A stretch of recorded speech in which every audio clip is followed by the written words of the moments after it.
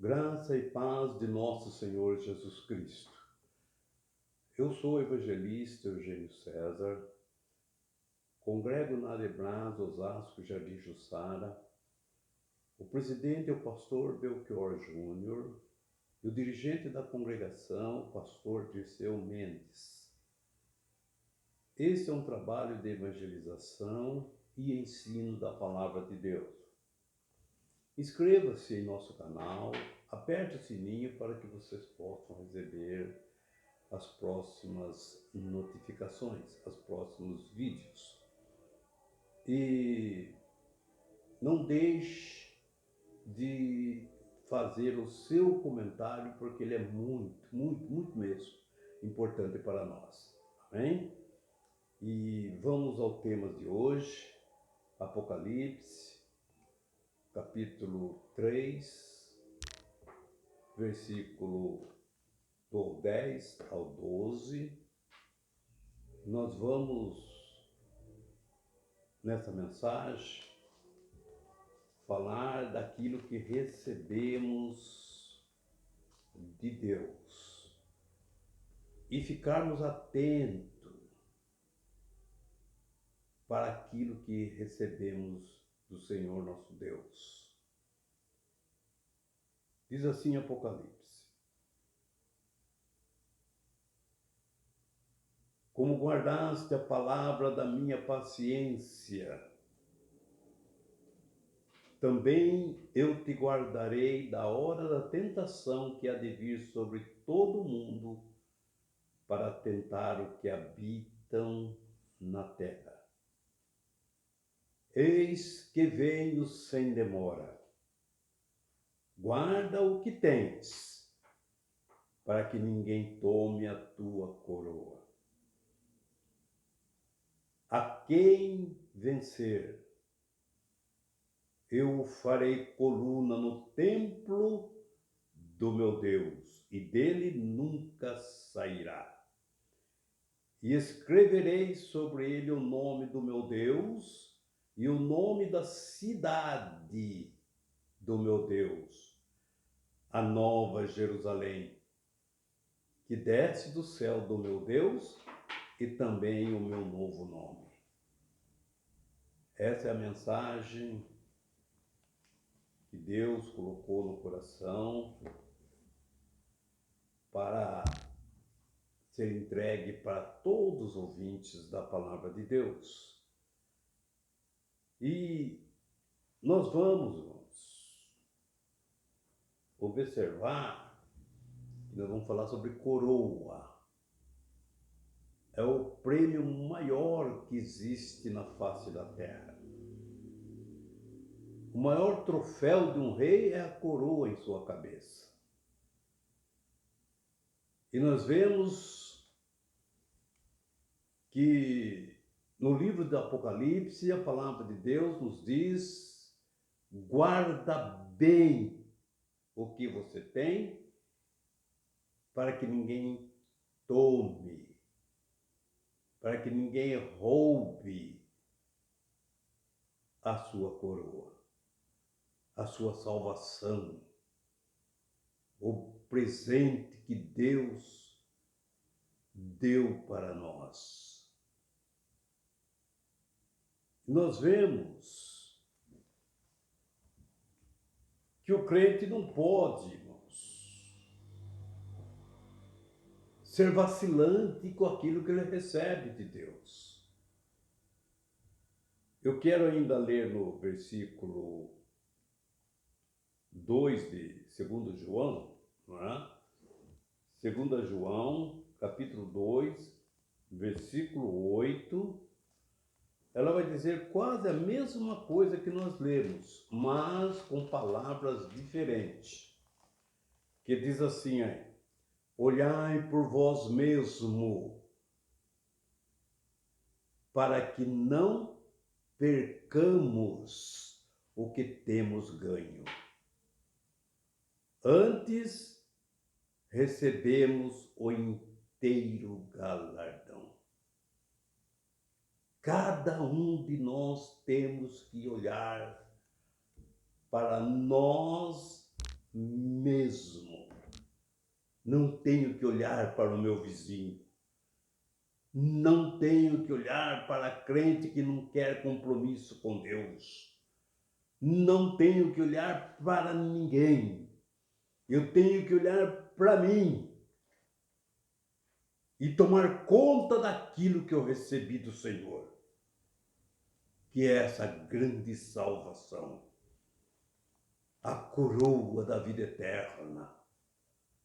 Eis que eu venho sem demora, e quando ele vier, eu tenho que estar com a minha coroa em minha cabeça, com tudo aquilo que eu recebi do Senhor.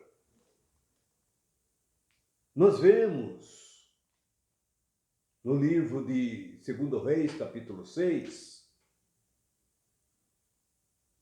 vamos prestar bem atenção nessa palavra, quando Eliseu estava ali na escola de profetas, ensinando, orientando-os.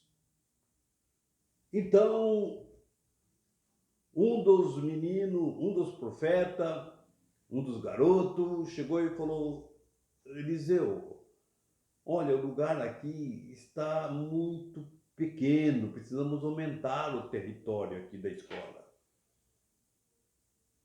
E Eliseu concordou.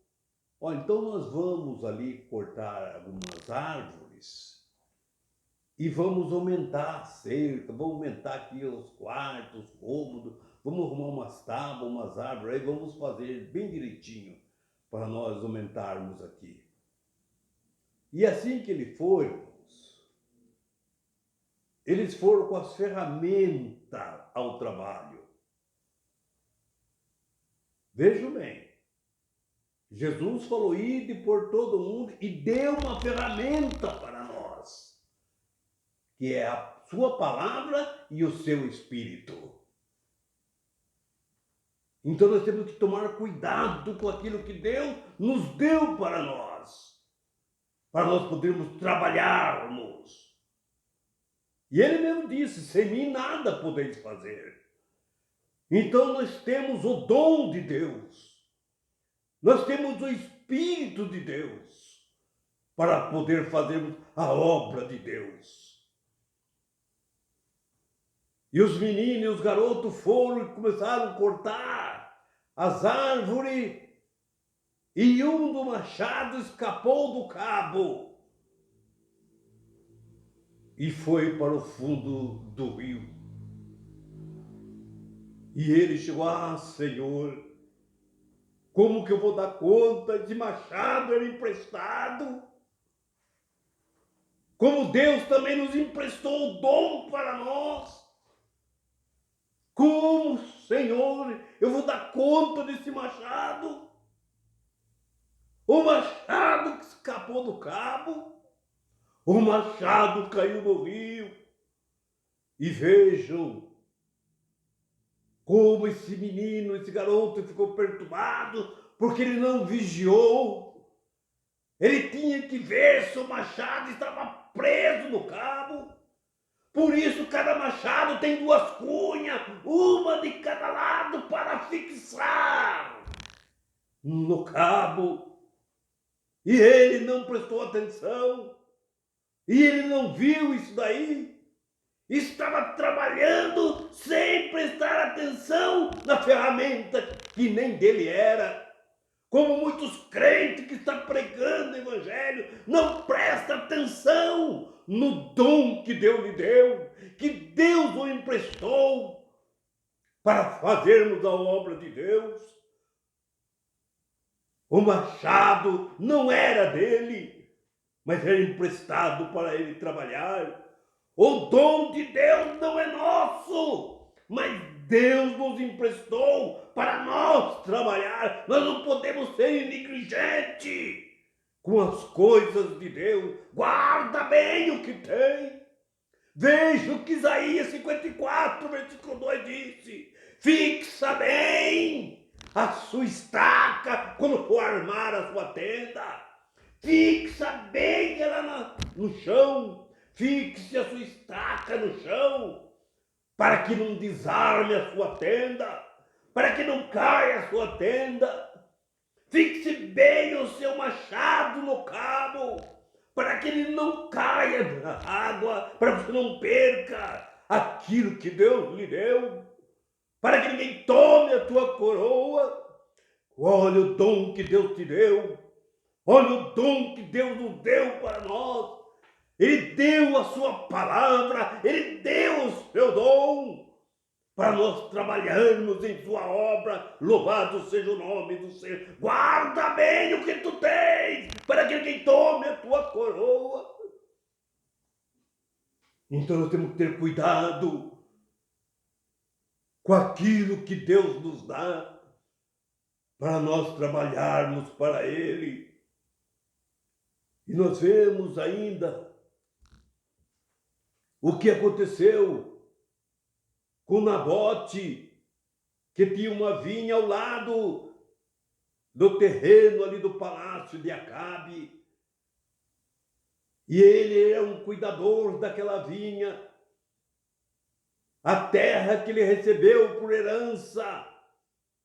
Nós vemos que a palavra de Deus disse que ele cuidava daquela vinha.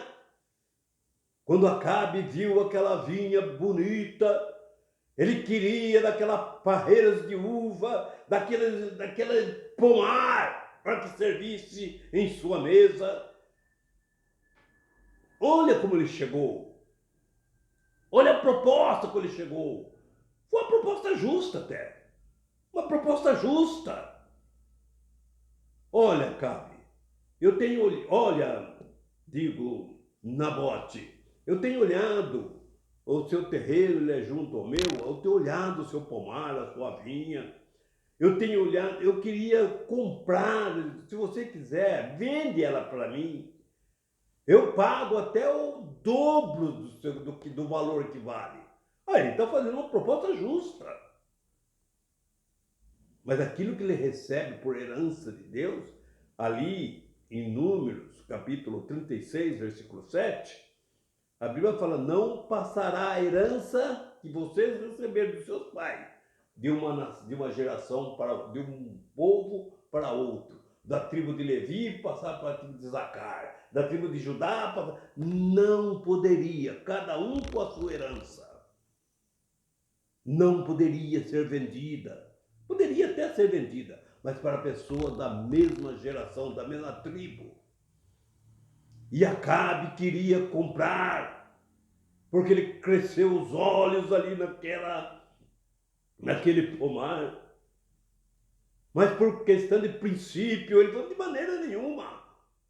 Nabote recusou vender o seu pomar, o seu território, o seu terreno. E veja que custou a sua vida. Guarda o que tem para que ninguém tome a tua coroa. É assim que Satanás, ele vem oferecer as coisas mundanas para nós. Até coisas agradáveis aos nossos olhos, para trocar a nossa salvação com coisas mundanas. Olha os convites que ele dá. Como que ele oferece coisa que vale até muito mais do que nós podemos avaliar. Ele quer negociar a nossa coroa. Guarda o que tu tens, para que ninguém tome a sua coroa. Guarda o que tu tens, para que ninguém roube a tua coroa. Acabe roubou o terreno de Nabote, mas não porque ele quis, porque ele mandou matar a Nabote para sequestrar, para roubar, mandou matar toda a família para que ninguém desse herdar ou brigar pela herança do pai. Matou seus filhos, matou a todos para adquirir uma herança que ele recebeu de Deus. Mas ele morreu com honra, morreu coroado. Deus mandou cobrar a morte dele. Elias desce até a vinha de Nabote e profetiza lá para Acabe, aquele assassino criminoso que matou um inocente para roubar a sua vinha. Elias se despertou e desceu e encontrou com Nabote quando ele recebeu a sua vinha. Diz para ele, diz o Senhor para Elias, diz para ele, diz para Acabe agora, Elias, ó Elias, ó Acabe, rei de Israel, assim diz o Senhor, no mesmo lugar que correu o sangue de Nabote, no mesmo lugar os cachorros vão lamber o teu sangue, ali mesmo você vai morrer, louvado seja o nome do Senhor. E nós vemos, irmãos, Nabote tomou com honra. Jesus, ele nos orientou, sede fiel até a morte, dar-te-ei a coroa da vida, dar-te-ei a coroa da vida. Mas vejam o que aconteceu com Israel, conforme diz a palavra do Senhor, que Deus deu a Jerusalém o Monte Santo para Israel, deu o Monte Santo ali aonde se tornou a casa de Deus. Jerusalém era a casa de Deus, conforme diz o Salmo 46, versículo 4. Há um rio no meio da cidade de Deus.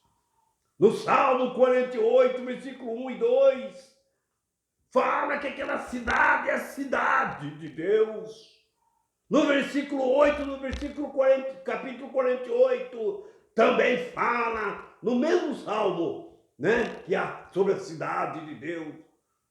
Depois vocês vejam, Salmo 46, versículo 4, e o Salmo 48, do versículo 1 até o 14, como que é descrito a cidade de Deus. E Deus deu para os hebreus, deu para os judeus. E disse Deus, conforme ali, segundo Samuel, capítulo 7, versículo 16, olha Davi, todos os seus descendentes, se obedecerem a minha palavra, não vai faltar quem ocupe o trono. Não vai faltar quem sente no trono, ali na minha cidade, aqui na minha cidade, Jerusalém. E vejo, igreja, guarda o que tem para que ninguém tome a tua coroa. Jerusalém era a rainha de todas as nações, mas eles não guardaram compromisso com Deus. Nabucodonosor tomou Jerusalém dos judeus, incendiou a cidade, destruiu a coroa de Jerusalém, destruiu o templo com fogo, levou todas as fortunas, levou todos os jovens cativos, porque eles não honraram a palavra de Deus. Jerusalém é a rainha de todas as nações, conforme diz Lamentação, capítulo 1, versículo 1. Uma rainha de todas as nações que se tornou uma escrava, que ficou uma viúva, abandonada, escrava, diferente da Esther, que era uma escrava e se tornou uma rainha. Louvado seja o nome do Senhor, porque ela guardou a palavra de Deus. Jerusalém não guardou a palavra de Deus. Louvado seja o nome do Senhor. Jerusalém perdeu a coroa. Louvado seja Deus. por não guardar aquilo que Deus tinha lhe entregado, a coroa, a principal cidade do todo o planeta. Louvado seja o nome do Senhor.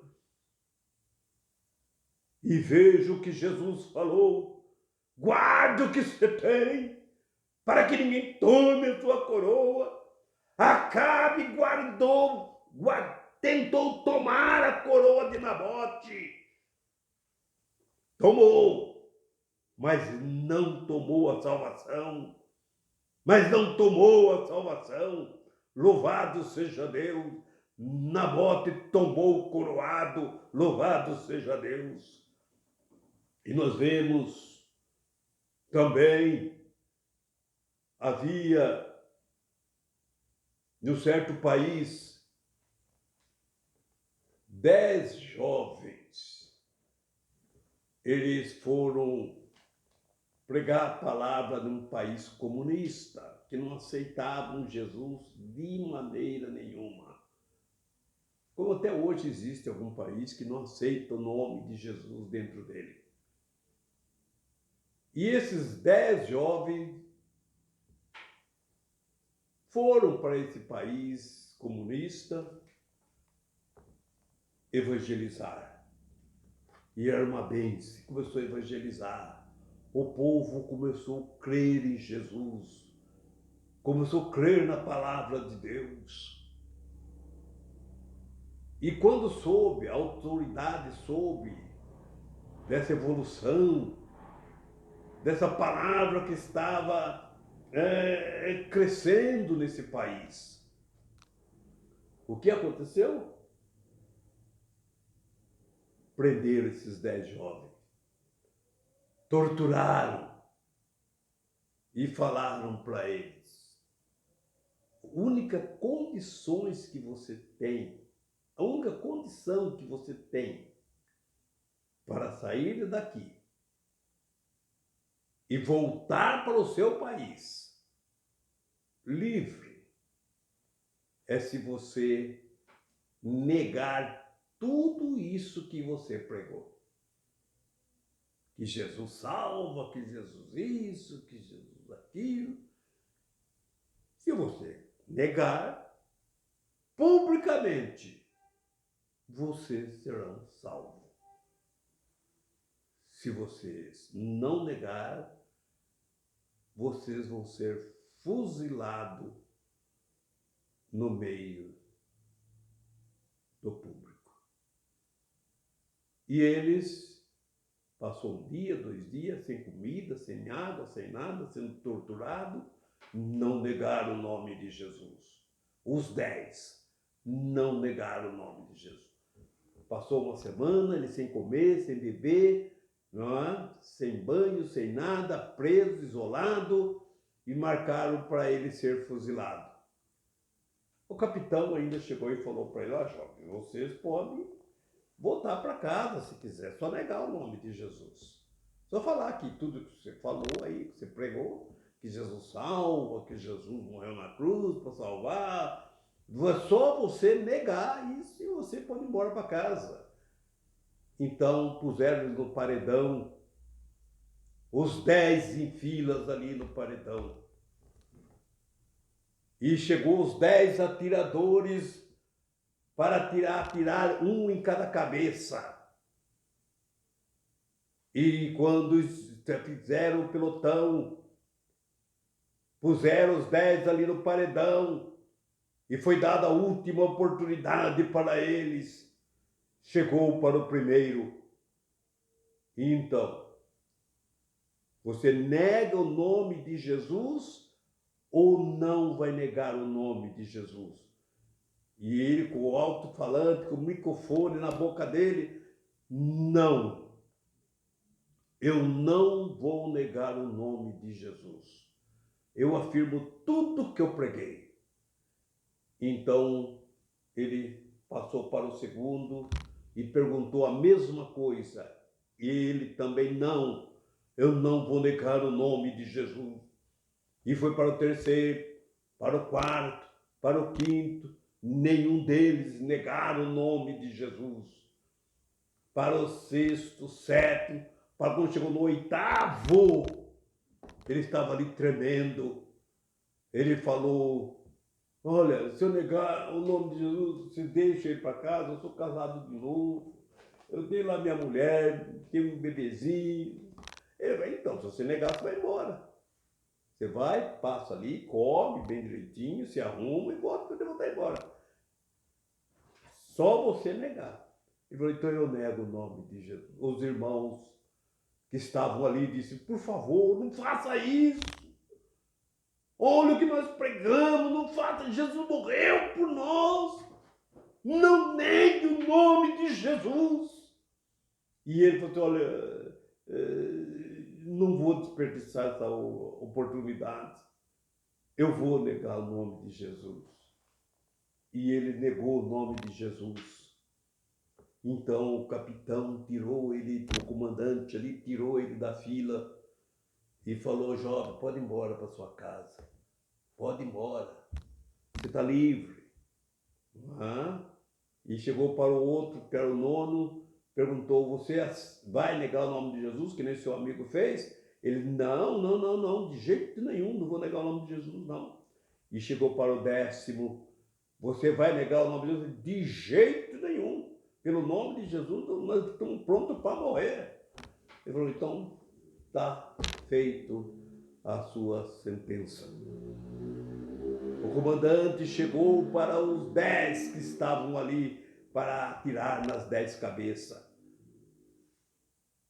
E o comandante deu um sinal para que eles se preparassem aquela baioneta, preparar,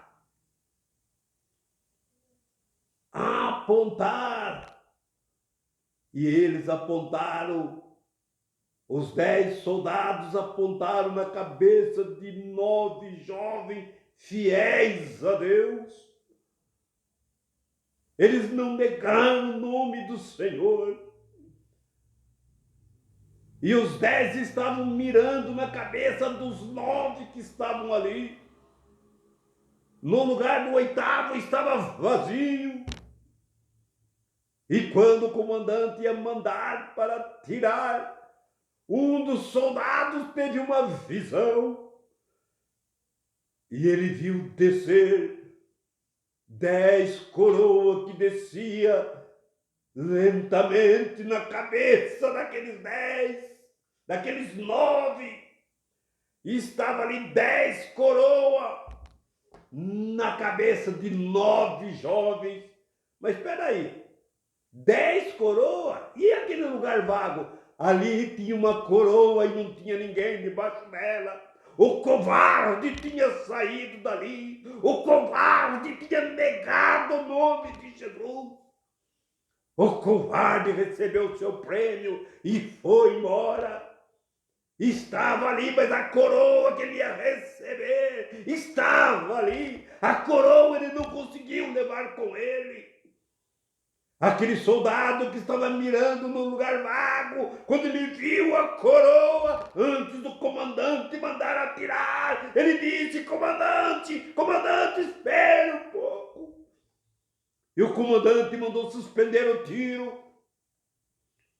E esse soldado disse assim, o que teve a visão, que viu descer as coroas, ele falou, comandante, segura aqui o meu fuzil, segura aqui minha baioneta, meu fuzil, por favor. Ele entregou para o comandante e ele correu debaixo daquele lugar vago, entrou debaixo daquela coroa e disse para o comandante, pode atirar, comandante, eu também quero morrer pelo nome de Jesus. Louvado seja Deus. E vejam, o comandante mandou atirar. Os 10 que estavam ali tombaram coroado com a coroa que Deus lhe dera para ele. Louvado seja o nome do Senhor.